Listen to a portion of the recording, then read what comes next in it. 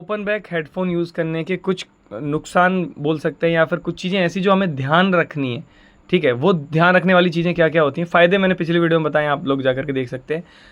Cons या फिर बोलें तो जो चीज़ें हमें ध्यान रखने, जो पॉइंट्स ध्यान रखने, वो ये है कि जब इसमें हम काम करते हैं तो हम एनवायरनमेंट वाले नॉइज़ को भी अंदर आने देते हैं, ठीक है। एनवायरनमेंट मतलब एसी, पंखे का नॉइज़, हवा का नॉइज़, जो भी आसपास बच्चे कूद रहे हैं, चिल्ला रहे हैं, पार्क में आप काम कर रहे हो बैठ के, तो वो आप सब ये काम नहीं कर सकते आप, ठीक है। आपको चाहिए शांत जगह, यानी कि आप प्रॉपर अपने स्टूडियो या अपने ऑफिस एनवायरनमेंट में बैठ कर के काम ही कर पाएंगे, मतलब आप शांत जगह पर बैठ करके, क्योंकि इनके अंदर साउंड एंटर करता है। अब ये खुले हैं, अब ये खुले होने की वजह से क्या होता है, इनमें एक्सेसिव जो भी एनर्जी होती है, यानी कि लो फ्रिक्वेंसी एनर्जी होती है, बेस वाली जो इन्फॉर्मेशन होती है वो रिलीज़ हो जाती है, यानी कि ट्रैप होकर के नहीं रहती। तो इन सब कारणों की इनकी इस बनावट ओपन बैक होने की वजह से हो सकता है कि आप ओवर कंपनसेट करो किस चीज़ को, बेस को। आप बेस बढ़ाओ बार बार, क्योंकि आपको कम लगेगा वो, क्योंकि ये जो होंगे, ये वाले हेडफोन जो ओपन बैक वाले जितने भी आते हैं, वो क्या करते हैं, ओरिजिनल जो बेस हमारे गाने के अंदर है, जो हमने बनाया है, उससे थोड़ा सा बेस कम शो करते हैं, यानी कि इनका जो रेस्पॉन्स है लो फ्रिक्वेंसी वाली साइड वो कम होता है, मतलब वो कम शो करते हैं जितना हमारा ओरिजिनल गाने के अंदर है, ठीक है। अब ये खुले हैं तो रिकॉर्डिंग में क्या होगा, इनके अंदर साउंड लीक होता है, तो ये रिकॉर्डिंग के अंदर भी साउंड को भेजते हैं। यस, इसकी ये वाली चीज़ हमें ध्यान रखनी है। रिकॉर्डिंग के लिए ये बिल्कुल यूज़ नहीं होंगे। अब आप सोचो कि यार मैंने 30,000 लगा दिए तो अब रिकॉर्डिंग मैं नहीं कर पा रहा हूँ, तो भाई सस्ते वाले आपको कोई से दूसरे हेडफोन देखने पड़ेंगे जिसकी वजह से आप परेशान ना हो, ठीक है, जिस पे आप रिकॉर्डिंग वगैरह कर पाओ, नहीं तो साउंड बार घुसेगा उसके अंदर तो आप परेशान हो जाओगे। एक और चीज़, क्योंकि इनके अंदर जो है ब्रॉड वाइड जो है स्टीरियो स्पेस दिखाई देता है, तो स्टीरियो शेपिंग के लिए वैसे तो ये अच्छे होते हैं, ठीक है। अगर आप देखो, मैं रिकमेंड करता हूँ कि आप स्टूडियो सेटअप जो मॉनिटरिंग आता है,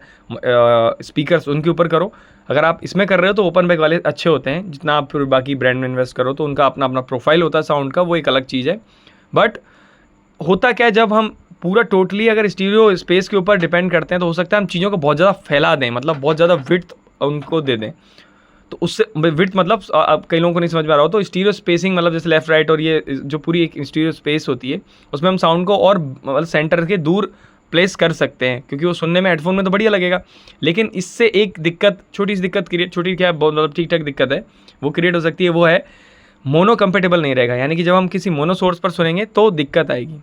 समझ रहे हो। तो ये चीज़ हमें ध्यान रखनी है। अब इससे बचे कैसे, इस चीज़ से कैसे हम ध्यान रखें कि ये वाली चीज़ें ना हो, तो देखो मल्टीपल जगह पर हमें रेफरेंस लेना सीखना होगा, यानी कि हमें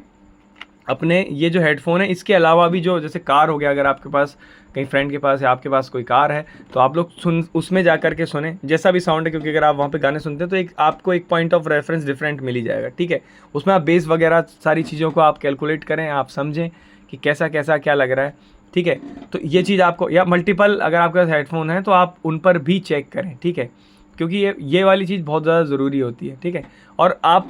एक चीज़, जैसे कि आप जो भी स्टीरियो स्पेसिंग वाला, तो आप कानों के साथ साथ आप आँखों पर भी डिपेंड रहें, मतलब आप जो स्पेक्ट्रम जो होते हैं अपने वेक्टोस्कोप वगैरह, ये मीटरिंग जो है विजुअली देखकर भी आप उन चीज़ों को थोड़ा सा एडजस्ट करने की कोशिश करें और समझें, मतलब कि गाने के अंदर क्या है। और रेफरेंस ट्रैक आप यूज़ करें, तो आप जब अपने रेफरेंस ट्रैक को इसमें सुनेंगे तो आप बढ़िया से आप जज कर पाएंगे, कैलकुलेट कर पाएंगे कि क्या गड़बड़ हो रही है, क्या चीज़ें सही हैं, क्या चीज़ें ख़राब हैं, कितना चौड़ा गाना है, कितना फैला हुआ है स्टीरियो स्पेस के अंदर गाना, तो ये चीज़ आप समझ पाएंगे, ठीक है। इसलिए स्पेक्ट्रम एनालिसिस वगैरह की हेल्प से आप बढ़िया से चीज़ों को कंपनसेट कर सकते हैं या एडजस्ट कर सकते हैं। इसलिए ज़रूरी है कि पहले हमारे हेडफोन जो भी हम यूज़ कर रहे हैं ना भाई, उसकी साउंड प्रोफाइल को समझें कि वो क्या है, मतलब हाई फ्रिक्वेंसी में क्या है, स्टीरियो स्पेसिंग में कैसा है, विड्थ, डेप्थ और ये सब चीज़ें क्या है। यस, बहुत सारे प्लस पॉइंट है, बट ये वाली चीज़ें हमें ध्यान रखनी होंगी कि ये सब चीज़ें इसके अंदर रहती हैं, ठीक है। तो ये वाली चीज़ें थी जो मुझे आपको बतानी थी। Thank you very much, love and respect. और उम्मीद है आप लोग बढ़िया से गाने बना रहे होंगे, लेकिन मैं भी गाने बना रहा हूँ बढ़िया से, तो प्लीज़ जा कर के Spotify one and only Aditya पर जा कर के गाने चेक कीजिए, एंड बाकी सभी जगह मुझे फॉलो कीजिए, and yes Instagram one and only Aditya, love and respect. इस चैनल को भी सब्सक्राइब कर लो भाई, बहुत सारी वीडियोज़ आएंगे, कमेंट करके पूछ लिया करो कुछ भी अगर आपको लगता है। Thank you very much, love and respect, bye bye.